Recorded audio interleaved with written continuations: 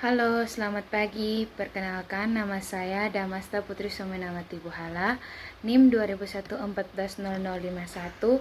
Saya dari kelas A semester 5. Di sini saya akan menjelaskan tentang modul 3, strategi pembelajaran tentang lingkungan hidup, jenis pekerjaan, dan jual beli.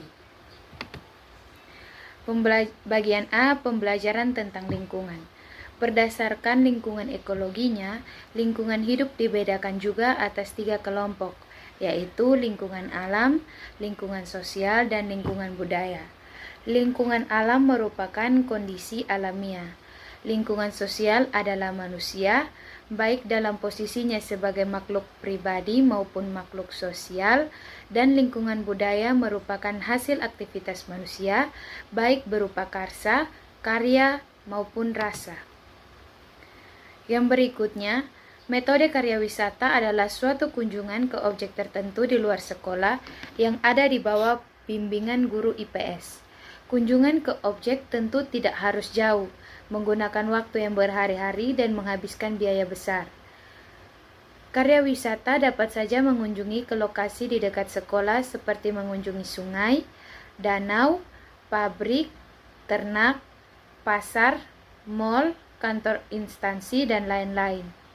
Dalam penyelenggaraan karya wisata, siswa diharapkan memiliki dorongan-dorongan minat dan perhatian terhadap apa yang sedang ia pelajari atau sense of interest, dorongan untuk melihat kenyataan, senses of reality, dan dorongan untuk menemukan sendiri hal-hal yang menarik perhatiannya, sense of discovery. Berikutnya bagian B, pembelajaran pada jenis-jenis pekerjaan. Anak SD sudah tahu bahwa orang tuanya bekerja, tetapi mengapa setiap orang tua memiliki jenis pekerjaan yang berbeda-beda, mungkin belum diketahui oleh setiap siswa. Mata pencarian penduduk dalam ruang lingkup pertanian umumnya terikat oleh tempat pekerjaannya dan berhubungan langsung tanah dan lahan. Keberhasilan mereka sangat ditentukan oleh keadaan lingkungan alamnya. Di antara jenis mata pencarian pertanian, antara lain, seperti yang pertama berburu dan meramu. Kegiatan ini merupakan kegiatan yang paling sederhana. Alam menyediakan bahan makanan dan manusia hanya mengambil, memburu, mengumpulkan, dan meramu saja. Kehidupan masyarakat yang berburu dan meramu umumnya mengembara ke wilayah yang luas dalam mencari makan. Dengan demikian, mereka hidup berpindah-pindah atau nomaden dan tidak membangun rumah atau tempat tinggal yang tetap atau permanen. 2. Perladangan berpindah-pindah. Mata pencaharian berladang yang berpindah-pindah dengan kegiatan berburu dan meramu. Walaupun berpindah-pindah, masyarakat yang melakukan perladangan sudah melakukan pengolahan tanah pertanian. Aktivitas perladangan dapat dilakukan apabila jumlah penduduknya masih sedikit dengan lahan untuk dijadikan ladang yang masih luas. Hutan yang dijadikan ladang dapat ditanami 2 atau 3 kali panen. Setelah itu mereka pindah dan membuka hutan kembali untuk dijadikan sebagai ladang. Yang ketiga, pertanian sawah. Pertanian sawah merupakan mata pencarian yang telah banyak kita kenal.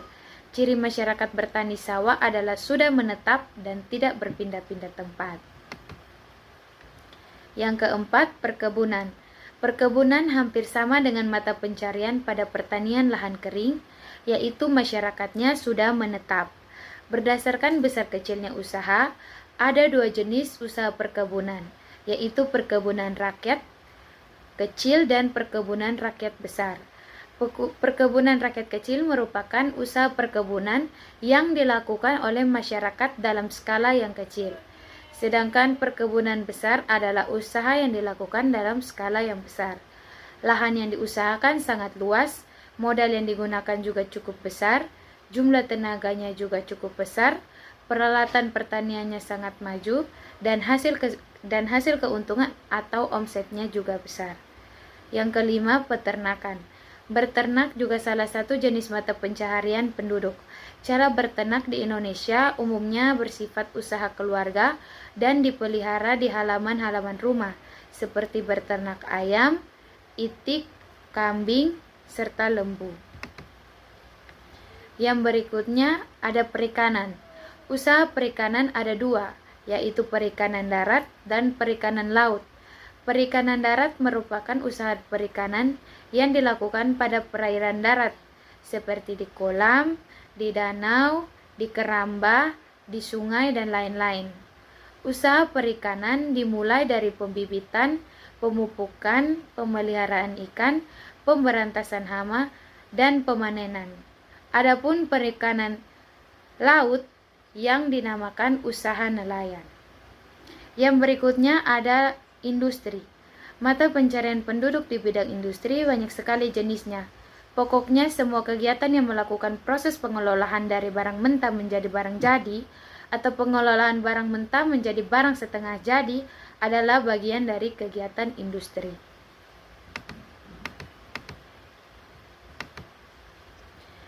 Bagian C, pembelajaran tentang kegiatan jual beli. Nah, munculnya kegiatan jual beli berawal dari usaha manusia untuk memenuhi kebutuhan dan atau memiliki keinginan terhadap sesuatu barang atau jasa. Nah, acuan dari kebutuhan ini adalah seberapa sering dan seberapa penting tingkat kebutuhan diperlukan manusia. Yang pertama itu ada kebutuhan primer. Kebutuhan primer sendiri merupakan kebutuhan pokok yang harus dipenuhi atau merupakan kebutuhan agar manusia tetap survive atau dapat bertahan hidup. Kebutuhan primer merupakan kebutuhan yang pertama yang harus dipenuhi oleh setiap manusia.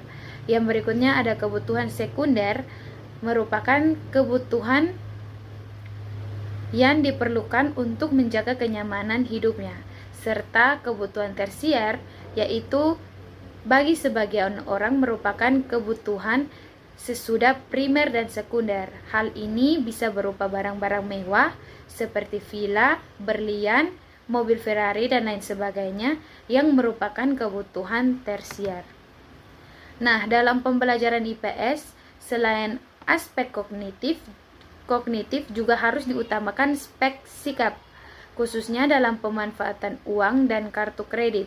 Siswa harus diberitahu tentang cara bijak dalam pemanfaatan uang.